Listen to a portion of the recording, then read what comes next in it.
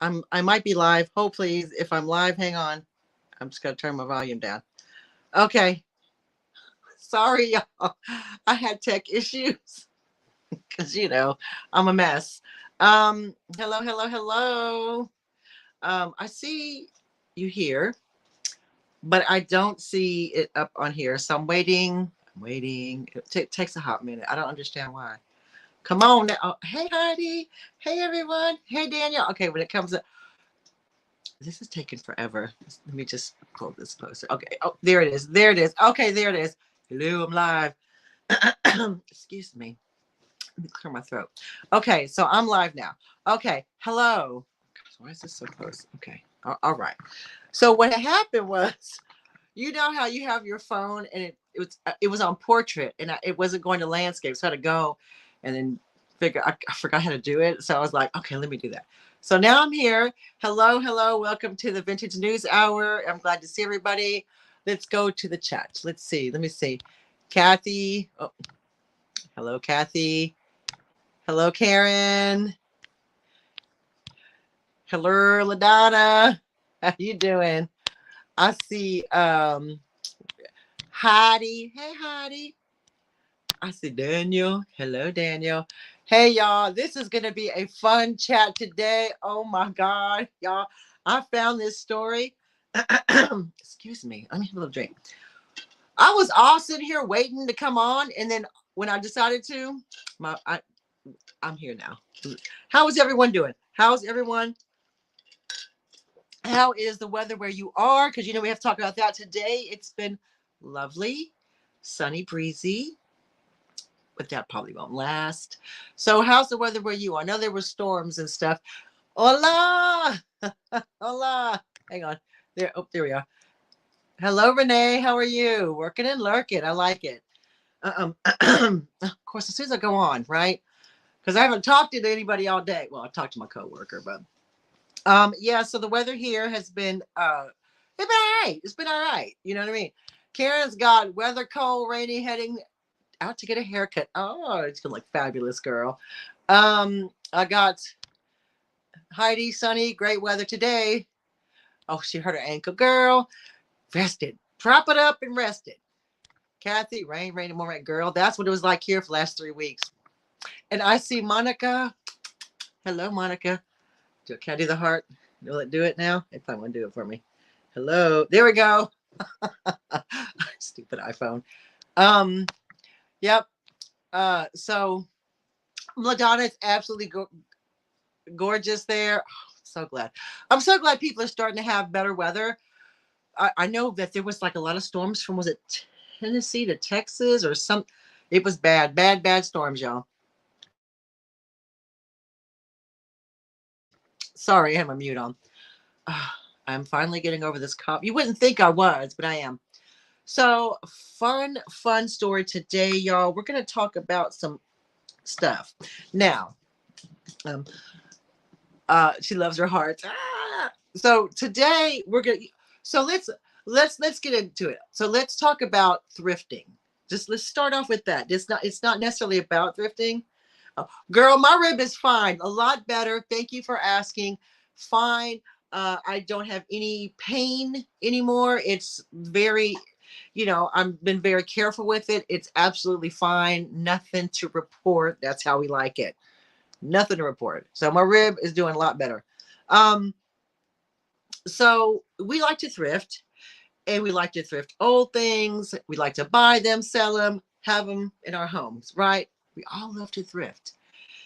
Now, when you're out thrifting, when you see a particular item, do you wonder, what was that made? What was the purpose of that? Like, we fairy lamps, for example, were they just decorative? Were they to actually light stuff? I know fairy lamps here are different to fairy lamps in the States. Ours are kind of like hanging ones, um, which are like vintage from the Victorian area. Yours, obviously, fairy lamps a little bit different. You are boiling some chicken to last me for the week. You go. That's how we like it. But when you're thrifting, you kind of look at stuff and you go, huh? You'll see um you'll see things, you'll see kitchen items and all types of vintage stuff that we don't use now, but were quite important in the time back in the day. And I want to talk about something that these I'm going to show you came, I think I bought a job lot of stuff and these came in it. Do you see what those are, everybody? They're hat pins. Okay. Unassuming. These are quite very simple hat pins. Just little hat pins to keep your hat in your head, on your head. You'd weave it through you put the pin in the hat, then weave it through your hair, and then come out the other end. I think these might be corsage pins. I thought they were hat pins. Now, they're kind of long to be corsage pins. They're quite long. They're about 3 inches, or maybe 4 inches. They're quite long. Maybe it's not reading, but they're quite a long. Too short for a hat pin. Okay, well, I thought they were hat pins. You know, I wondered if they were, because I have a hat pin holder right there. I thought, God, these suckers, they go all the way down. That's about a corsage pin. Okay, well, we're going to talk about hat pins today, and I don't have any to show you. So, but let's pretend these are hat pins for a minute, guys, shall we? Let's pretend Dolores has hat pins in her hand. Now, hat pins are pretty cool if you can find them, which clearly I didn't. But in my mind, they'll stay hat pins for the purpose of this talk. These hat pins. But thank you for telling me they're corsage pins because I didn't know. Now, we obviously don't use hat pins anymore. Maybe some people do. Maybe when you go to church with the big hat and you don't want it to fly off into wind, you may have. Maybe obviously we use bobby pins now and stuff like that. Well, not now even. I mean, people still use petite. Yeah, it's for a tiny head. a little tiny head. So obviously, legal weapon size element. Well, we're going to get into that, LaDonna. We're going to get into that. Obviously, hat pins were created to hold hats, and that's what their true intention was. Hat pins, holding hats for all the women back in the day. Now we're going to talk about hat pins. Hat pins, making fashion or creating panic. Hey Beth, how you doing? We're talking about hat pins. So the hat pin. Now this article, the information I have came from an article on a website called blurredbylines.com, and it's written by Sherry Rose. So if you have an opportunity after this talk, of course, go to blurredbylines.com. There's some great articles there. It's really cool. Thank you. It was a hot mess. I had to put it up, child. She had to put it up because it was just like, woo, it was out of control. That nice weather did not make my hair nice. So obviously, like we're out there, you know, and hat pin holders were obviously, they varied. Some were ornate and beautiful, and some were simpler, you know. So and obviously, you know, the fancier the hat pin, the probably the better financial status you found someone in, or they found themselves in. But how exactly did hat pins become the center of a fiery debate? And I mean, I'm not even playing when I say hat pins caused some controversy. Yes, some controversy. Yes, the hat pins were back in the day. They were a little bit suspect. And yes, we're going to get it. Yes, we're going to get into that. Now, women started to gain a lot more independence and autonomy in outside the home at the turn of the 20th century. As we all know, women started to, you know, leave the home, maybe go to work. And with this little tiny bit of freedom to go out and work, the public debate raged over hat pins, with the realization that a hat pin could be a weapon. Yes, a weapon, honey. Oh, she have some a small box of new and old. Oh, old stock. I think I'm now in love with the fact these are corsage pins. But now I'm just Now I'm determined to find hat pins. After this story, I'm really determined. So, with the realization that the hat pin could be used as a weapon, women were now able to defend themselves.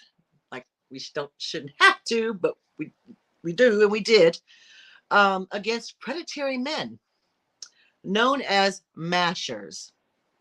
I think that's a quite cute term for someone who's a predator. So, but that's what they're called. Back in the day, they were called mashers, honey.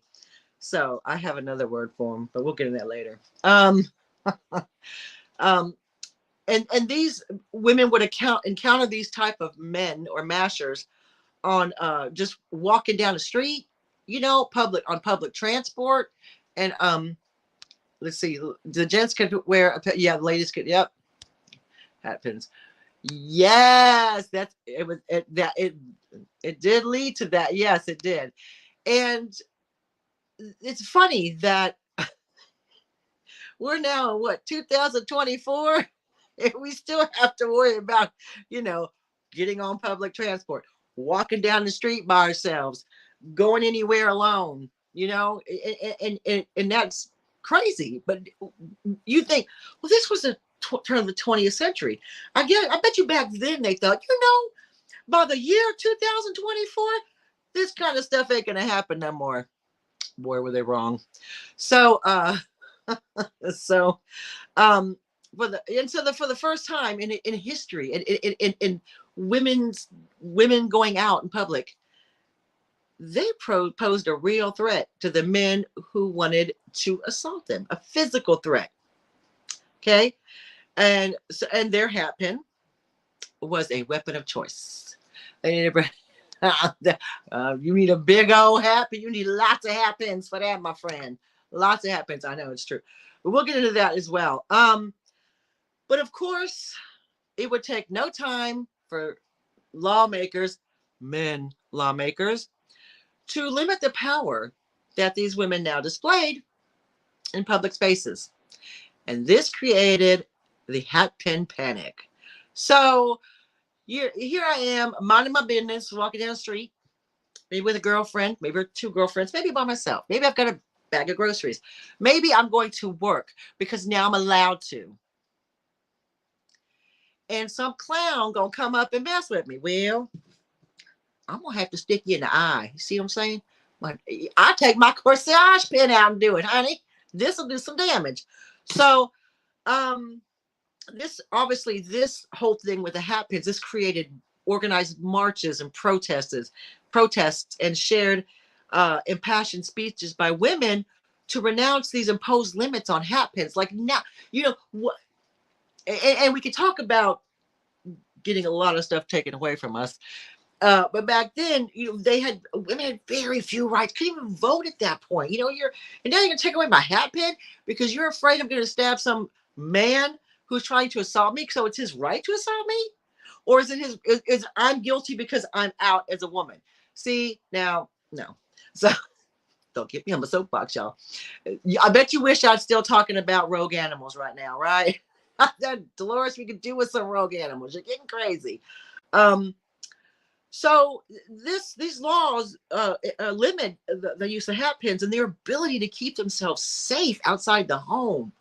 Yeah. There we go. There we go. Thank you. And if you do, LaDonna got some hat pins. Steph, hello. Thank you for joining us. We're talking about hat pins as weapons. In case you missed the first part. So, you're trying to take away my power, which is at this point in a hat pin. I'm just trying to live my life. I mean, as a let's say I was an early 20th century woman. And she got some really long ones, y'all. She ain't playing. LaDonna ain't messing with you now. So, and you're trying to tell me that I can't protect myself because now I'm a threat to men, and who are trying to like assault me. I say me, and I'm acting like I'm one of these 1800 early 20th century women. Well, you know what? They're my sisters. So, but let's have a look. Let's talk about the popularity of the hat pins. Let's start with that. So by the end of the 19th century, women's hats for grew bigger and bigger along with fashion. Fashion dictates what we wear a lot of the times, and the hat started getting bigger, bigger, and bigger. I have a little can of hairspray in my purse. You got a lighter with that, girl? You have a blowtorch. I'm just saying. Not that I've ever done that. Um, so, and then to represent one's social status, wealthy women of prominence, wealthy women of prominence, like all of us here today, would purchase a bejeweled hat with feathers and even possibly a taxidermied rare bird on it. Sad side note, some species of local birds were almost wiped out across the U.S. because the demand for these ornate hats reached unprecedented levels. These old poor birds, modern day bid. Now you're taking down on the birds, and the whole bird would be placed on their hat. I mean, that's a lot. You don't need a smoke to have a lighter. You say you was having it for lighting your candles. so, so these hats got bigger and more ornate, and birds, maybe a raccoon or a squirrel were on them, or they started to become very, very big and very ornate, and just with fashion trends back in the day. So these hats needed to be secured on the head, and the answer to that problem were beautiful and sharp hat pins. So the hat pins were about 8 inches long. But some could reach a foot long. Can you imagine? Your hat that big, you need a foot long. Now that'll do some damage. A foot long hat pin. That's a lot of hat pin. I'm just saying that's a lot of hat pin. I mean, you're gonna take it out and have a duel with somebody at that. You're gonna be sword fighting at that point. And obviously, and so what they would do, the pins would go, like I said, in a hat, and then weave the woman's hair, then back out the hat, so it's secure them to the. They had a lot of hair. They had the big old the hats kind of sat sideways. So cool. I mean, I have a lot of hair, and I don't know if I'd want a hat on top of all the hair that I have. Yeah, yeah, yeah. I mean, it just happened. So many were silver, but soon they were crafted into other materials such as glass, brass, porcelain. Oh my God. Can you imagine a vintage glass hat pin? How cool. Your mission this weekend is to find a glass hat pin. Can you imagine? So good. And high-end pins were adorned with decorations made of amber, coral, ivory, which is now outlawed. Please don't do that. Enamel, pearl, gold, and other materials. Gorgeous, just gorgeous, intricate designs, of natural phenomena and nature and stuff. So good. And they're very expensive hat pins. But now let's not leave the working class out, because the working class girls, they gonna need some hat pins too. So they would make their own hat pins out of buttons or beads or whatever they had handy that was pretty. They would make their own hat pins. Girl, I can imagine. Can you imagine finding a porcelain or a glass one intact? Oh my goodness. Oh, girl, I bet I'm good. That's our mission, y'all. That's our mission. We're gonna be back here in 2 weeks, and we're gonna see if anybody's got any hat pins. So, and it's cool that the I say the working class, but the people who weren't quite as rich and prominent could make their own hat pins, use what they had, which I also think is pretty cool. You find something that someone had a button, they made it out of a button or a bead or something they had around the house, something that they thought was pretty. And I think that's pretty cool. I'd like to find one of those too, honestly. That'd be great. So this leads me to, are gender and hat pins the real issue here? Is it though? Is it? Oh my God, Daniel, take note. You're gonna have to make hat pin now. Thanks. I had a special dome that was big enough to hold my hat. Oh my God, I'm going to set up that Park Slab cover. Oh, that would be. Oh, please do. And then put it on. Put it on because that's gonna be good. Ooh, that'd be so pretty, LaDonna. Just as ladies' fashions changed with the hat pins, so did the social norms. Young women were finding work outside the home for the first time in big cities. As women were taking on these new jobs and roles outside the home, women started to appear alone on the street. Dios mío, not alone on the street, not by themselves outside. Um, commuting back and forth in public, spending their wages that they made, they worked hard for. They're spending their own wages on, shops and in cafes and just being their own woman. That's very early 20th century Carrie Bradshaw. Okay. I mean, that's how I'm looking. That's how I see it, you know? Hey, Amanda, how you doing? Uh, let's see. Jason Adams has a video where he shares a huge hat pin collection. Oh yes, I will definitely watch that later, Steph. I'm now obsessed. Uh, for a lot of reasons, I'm obsessed with hat pins. So in finding the women were finding and exercising their independence. They were out, they were doing the things that we all take for granted now.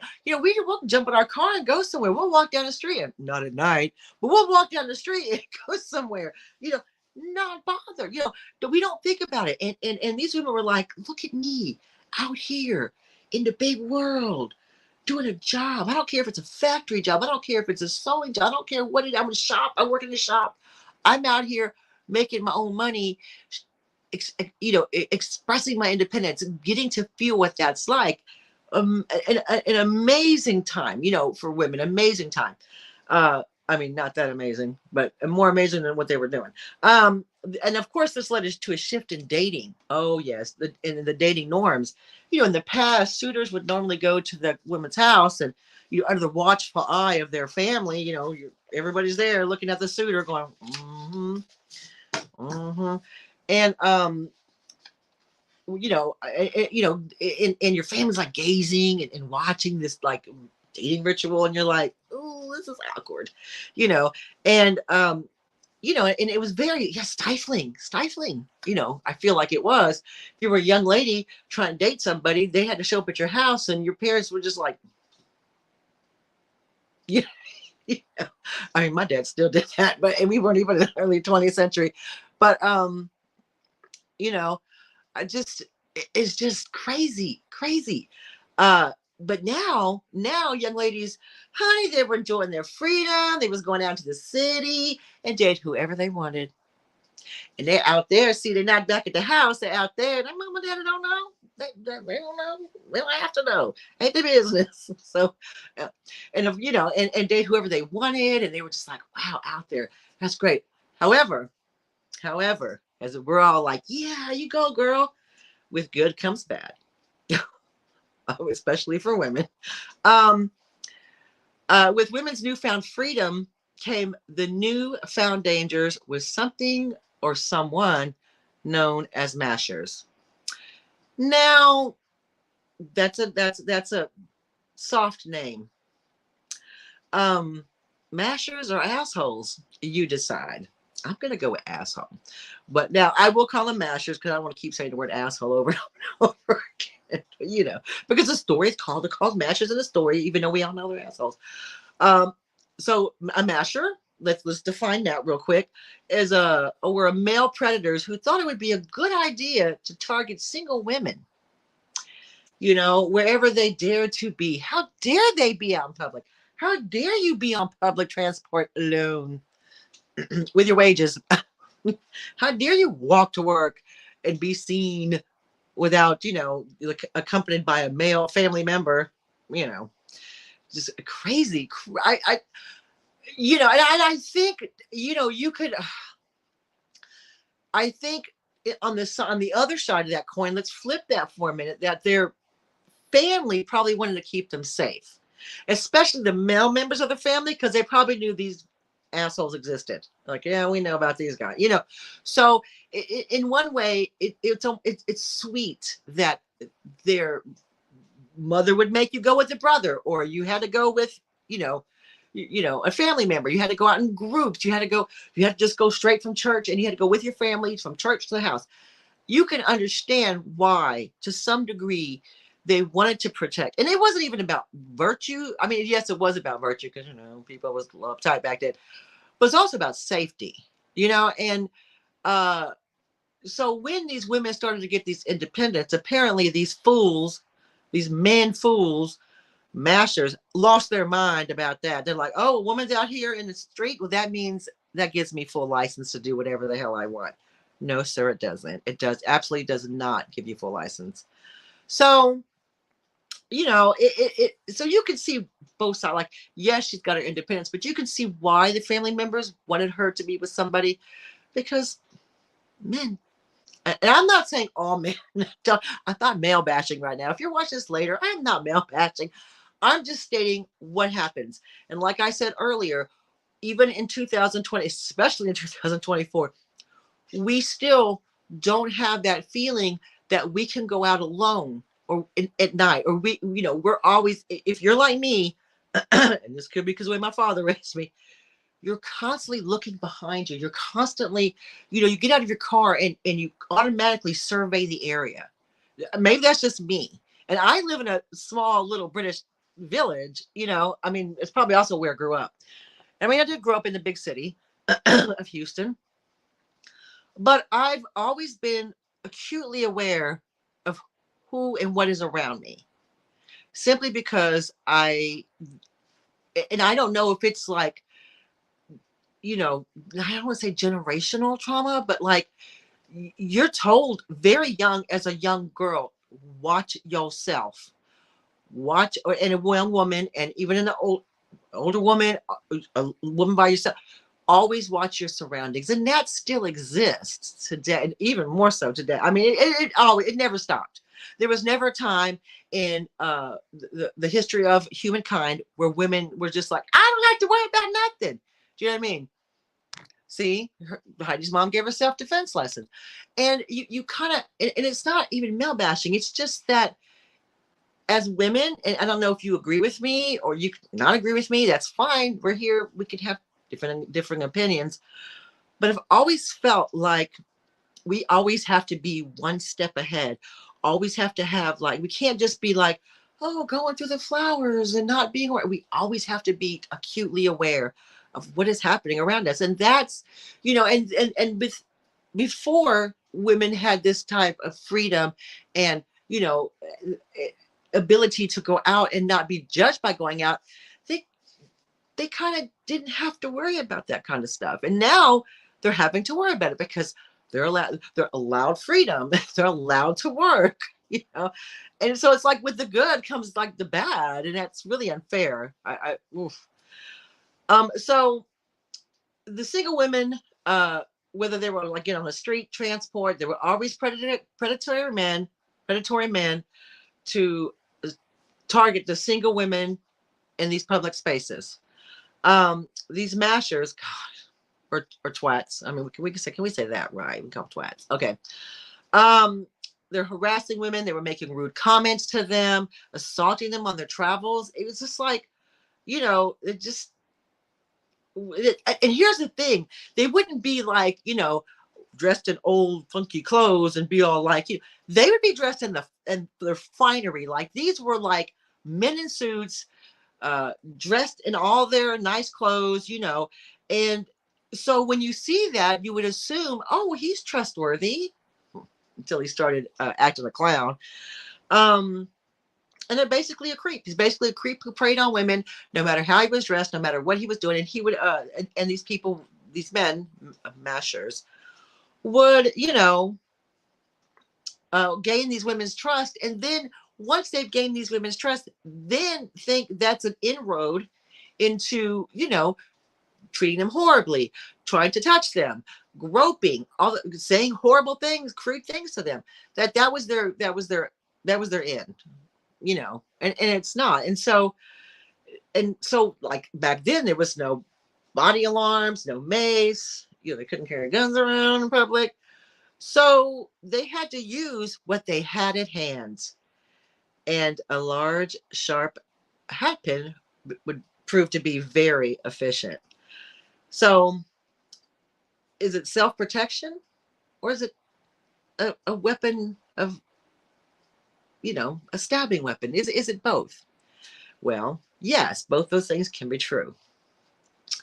Instances of self protection were reported at the time in the turn of the century, in the early 20th century. In one case, oh my God, there are these cases that I have here, and I'm just like, dang, kudos to these women for, sticking up for themselves. And they shouldn't have to. This shouldn't have to. But I'm glad they did because they're here to tell it. They're here to tell about it. So in a case in 1898, two men, mashers, twats, assholes, whatever, decided to rob a streetcar in Chicago. While one of five passengers on the train, Sadie Williams, was not about to watch this go down. Sadie Williams was like, absolutely not on my watch. Thank you very much. Come on, Sadie. Oh, why isn't she on the $20 bill? Oh, Sadie Williams for president. Sadie Williams was there with three male companions. So it was her, the conductor, three male companions, and possibly another woman. So she was on the streetcar with five other people, and these two men came on and decided they're gonna attack the conductor, or rob him or whatever they were gonna do. So when Sadie realized that the conductor was not gaining the upper hand, she sprang into action. She sure did. She grabbed her hat pin from her hat and stabbed the closest robber to her. Just gave him one. His reaction was pain and anger. As he went to attack, she stabbed him again. Sadie was not playing. Sadie was like, you mess with the bull, you get the horn, sir. That's what Sadie was. She was like, no, ma'am. No, sir. Not today. So, then the the other robber decided to go for her. So she promptly sank her hat pin into his face. And he immediately passed out. Again, why is not this woman on the $20 bill? I do not know. She should be.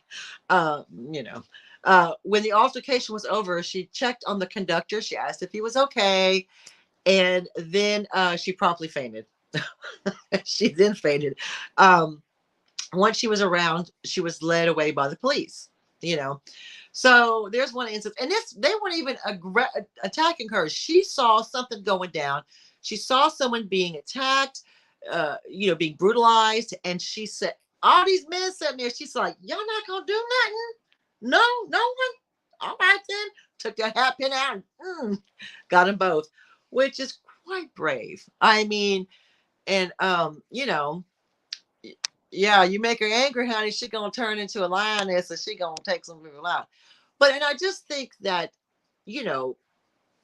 that's that's quite, I've got a slow clap for Sadie Williams.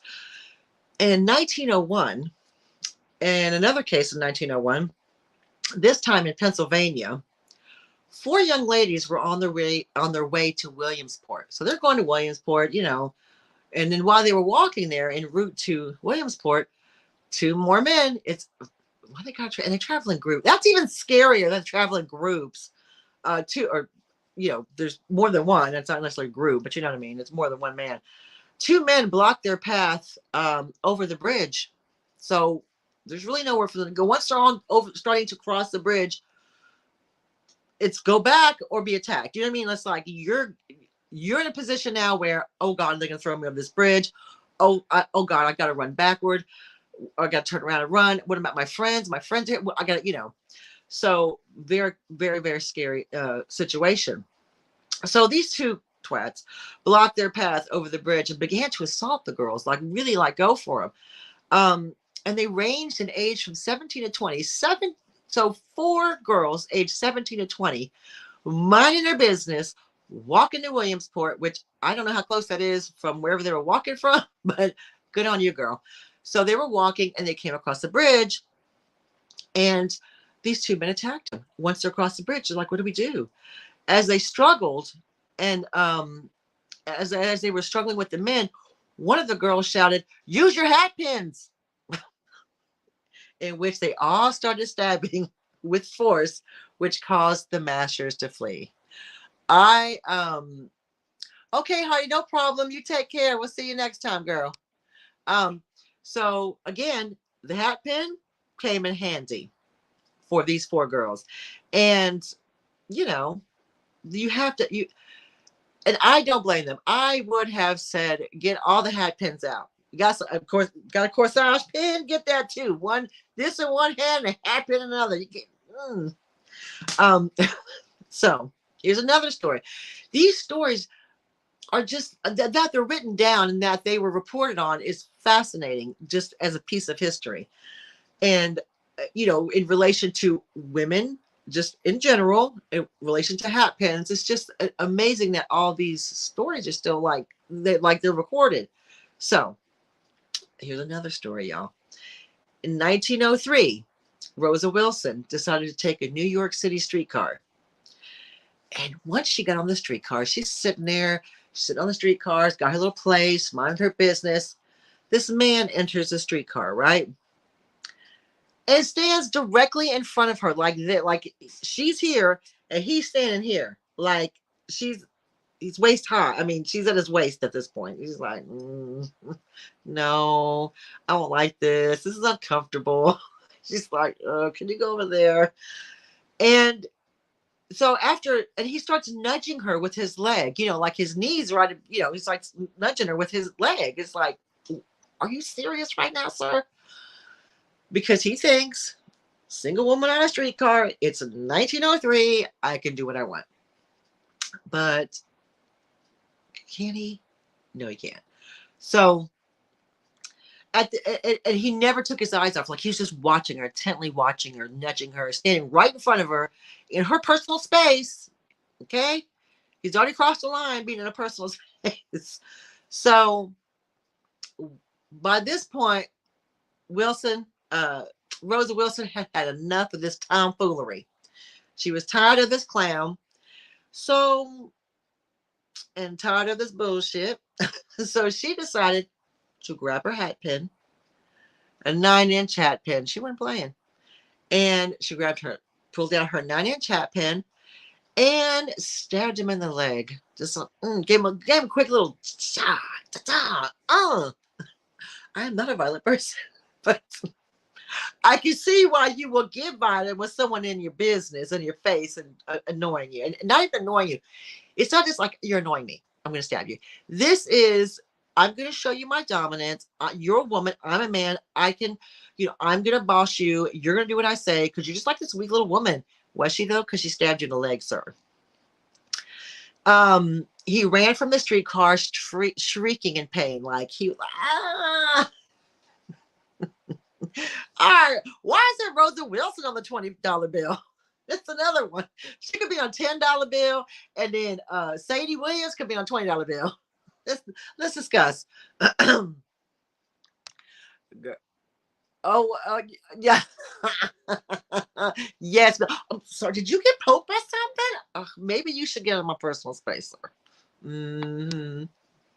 So after the interview, after that happened, she was given an interview and said that she intended to treat every masher in the same way and declared a hat pin war on all mashers. Yes, ma'am. You did it. Yes. So more and more of these stories, which are fascinating, started to generate about women defending themselves with hat pins against male assailants. Mm-hmm. The hat pin panic started. So it started to heat up, and it got really crazy. And people expressed support of the hat pins to keep the women safe. I mean, hey, this is part of my outfit. You get in my personal space. You disrespect me. You touch me, grope me, say horrible things to me, get in my face, won't leave me alone, try to attack me. I'm going to stab you with my hat pin. I mean, am I mad about it? No, I think very, very good. Very, very good. So the New York Times actually published, oh, if you could find this in like an old, like bit of ephemera, oh, this would be amazing. The New York Times published an instructional piece about how to use hat pins as weapons. I need those instructions. Where are they? That would be a cool bit of ephemera. And which was reprinted. This story that was written in the New York Times was reprinted all across the United States. Every newspaper picked up this story and ran with it, and I think that's amazing. As the hat pin panic started to gain traction, some judges supported the women's right to carry a hat pin against attacks in public. Thank you, Judge. But I'm sure not all of them thought that. I'm sure that we'll come to find out that not all the men judges liked it. Why? Because men. Of course, there were some male lawmakers. Here we go. Wanting to put an end to the hat pin stabbings. Their interest wasn't in stopping male assailants attacking women, but rather stopping women from defending themselves. You see how they did that there? Mm-hmm. Like today. You can't use a hat pin to defend you, but I won't address the fact that these men are going around assaulting women. Okay, we won't address that part. Despite these women using hat pins to protect themselves, lawmakers and city officials set out to outlaw hat pins. I mean, who knew the little hat pin had such a history? Oh, girl, I'm loving it. So the widespread of women defending themselves was a reality. And, men had never faced this before. Men have never dealt with women physically defending themselves. And from unwanted attention. And some men thought they could just thrust upon women in public. You're in public, I can do what I want. It's so tiring. It really is. Do better, men. The hat pin created a whole new set of circumstances which society hadn't seen before. A whole, American women, wanted to gain the most social and political freedom they'd ever had in the country or anywhere really, like in the Western world. And with that, the men in charge started making their arguments. Okay, so hi, John Robert, thank you. Thanks for popping in. So here are the arguments. I've got a little list here of the arguments that the men in charge started to make. Here's some of the arguments. Hat pins. This was one of them. Hat pins pose a danger to innocent men. Well, you ain't doing nothing, you ain't gonna get stabbed. See how that works? Many newspaper opinions provided rhetoric of how hat pins pose a threat to men and children. It's always about the child. What nary a story about, did I say anything about children in anything of those stories? I said those 3 stories I told you. Was a child even present? No. So now you see, that's what they do, though. That's what they do. See, they be like, it's going to be a threat to men and children. When nobody talking about kids, nobody, not nary a child was spoken of. So they would be a threat to men and children on public transport and on the street. What was not mentioned was the safety of women, despite male violence precipitating the hat pin stabbings cause and effect. If women are victimized, it's their fault. Oh my God. See, that old trope. Jesus. Or the classic, what was she wearing? To provoke the behavior of a man acting like a twat. It's your fault a man wants to assault you. All right. See, classic. And you know what? Here's the thing. That kind of shit still happens. That kind of rhetoric still happens. It certainly does. It absolutely does. Anytime a woman defends herself or is in a situation, what were you doing there? What were you wearing? What were you talking to him? why'd he attack me? Because he's a horrible person. So there's that, of course. Some voiced how women should not reveal their ankles. Oh, not my ankles. Or wear makeup to attract unwanted attention. So women, please keep the makeup off and don't show your ankles. Thank you. And you'll be safe. No, no. Basically, it was the women's responsibility to make sure men didn't attack them. I'm sorry, what now? So do what? Come again? Um, so women are basically told you can't defend yourself. But if you're attacked, it's your fault. See, now, and again, this trope has been in existence since the year dot.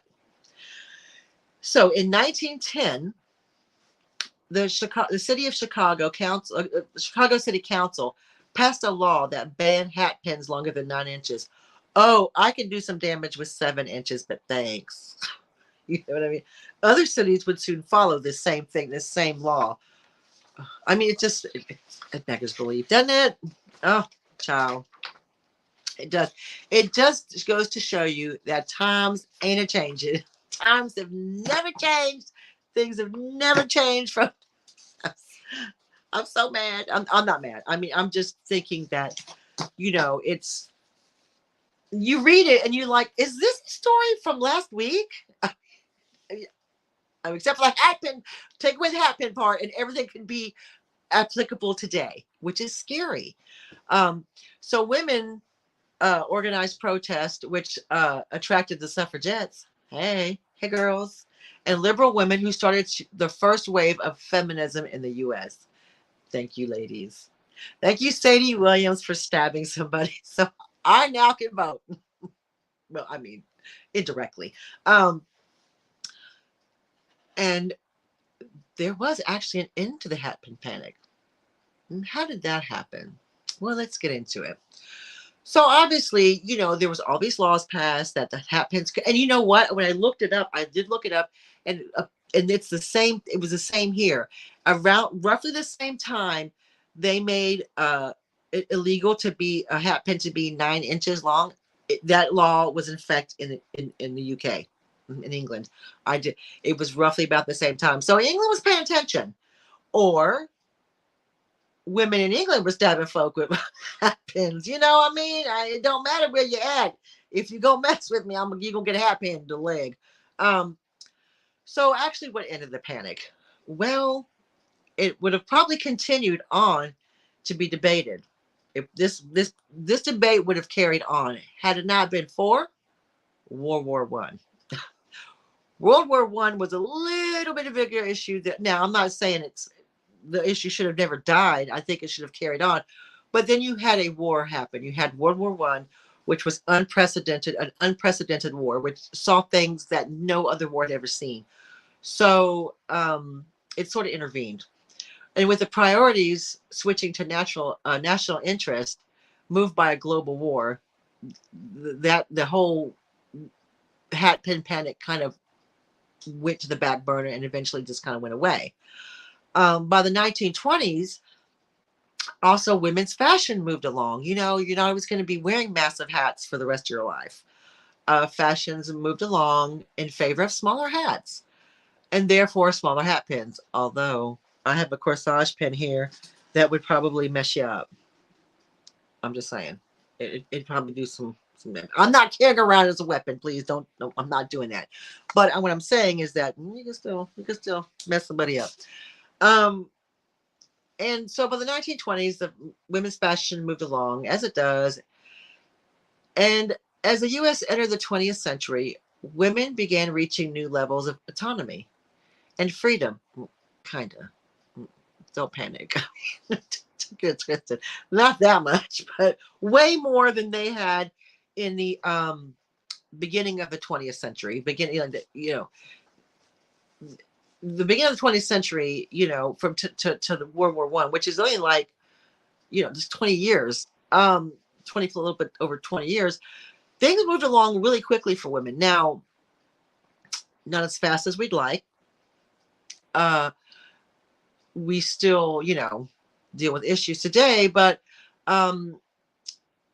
and they started working outside the home more because a lot of the men were, in the war, and were in the army and in the forces, that there was, because it's a world war, all hands on deck. And so the women, just much like World War II, they had to start doing things, outside the home. They had to maybe be providers or work, or, do extra things outside the home, and, part of the war effort. And so working outside the home for women was becoming more socially acceptable because it was a need. Okay, let's not get twisted. It was a need. They needed these women to be out in the workforce while the men were away fighting in a war.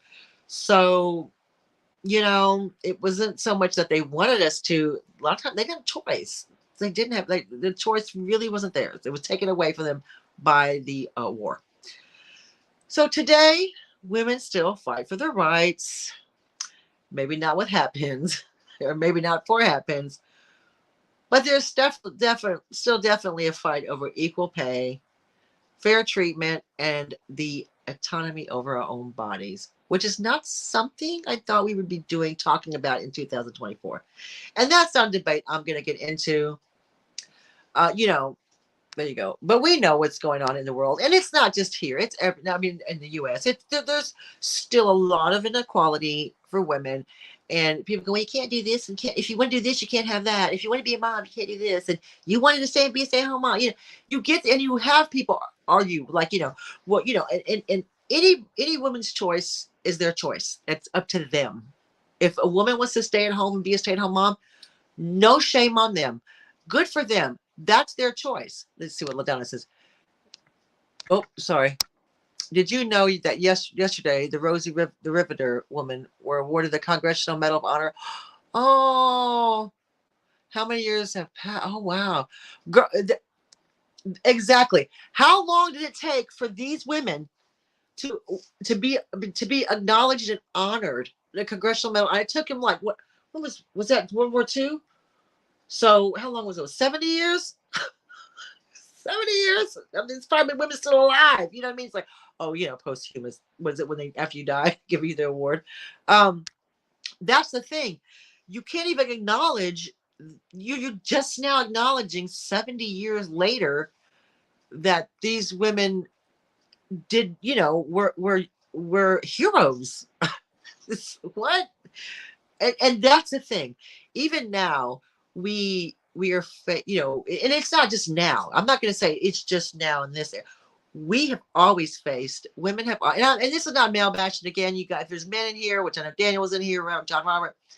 This is not male bashing. This is acknowledging the fact that in every time in history, we've never ever been treated equal. And if we wanted to be treated equal and something went wrong, that was our fault because we wanted it. What? Because you wanted freedom. Oh, well, you wanted freedom. See what happens with freedom. You wanted this. You don't tell that to a man, though. You don't say that to a man. You don't say to a man, well, you were out at night and you got mugged. It's your fault. You would never say that to a man. You'd say, oh God, are you okay? I mean, this is a really bad neighborhood. They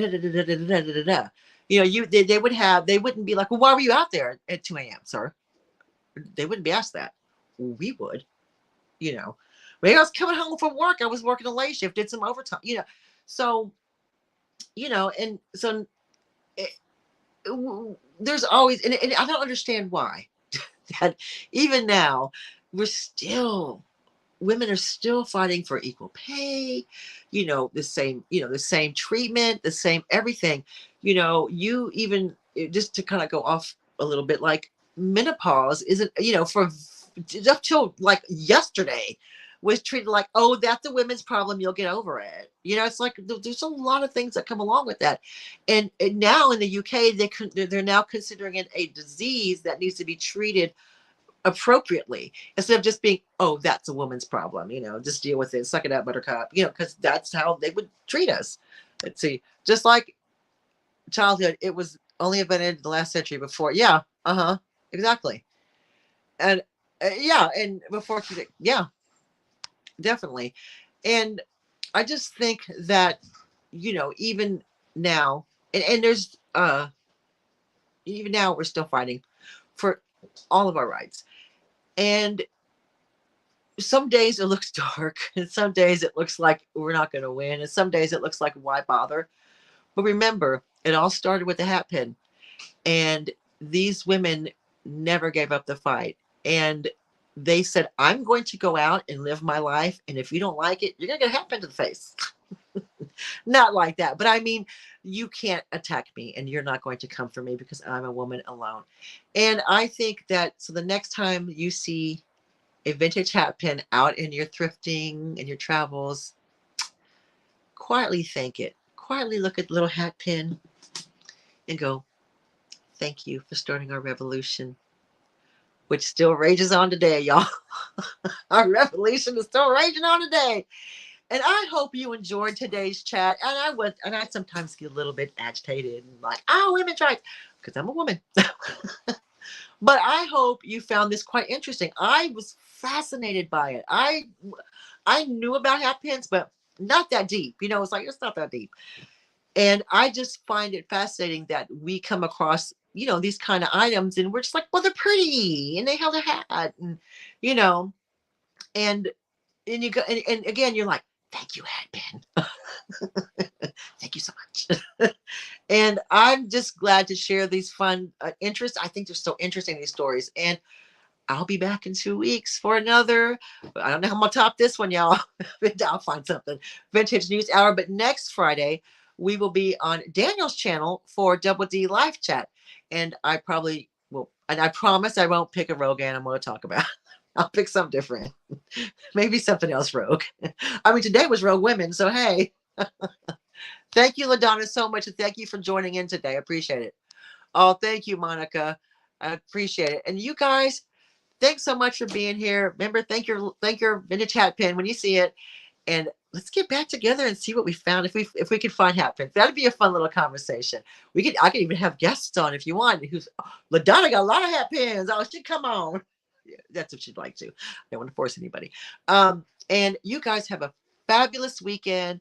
And thanks for putting up with my technical issues in the beginning. And I will see you next week on Daniel's channel, Double D Live Chat. And you guys take care. All right. Have a great weekend. Stay safe, everybody. Bye.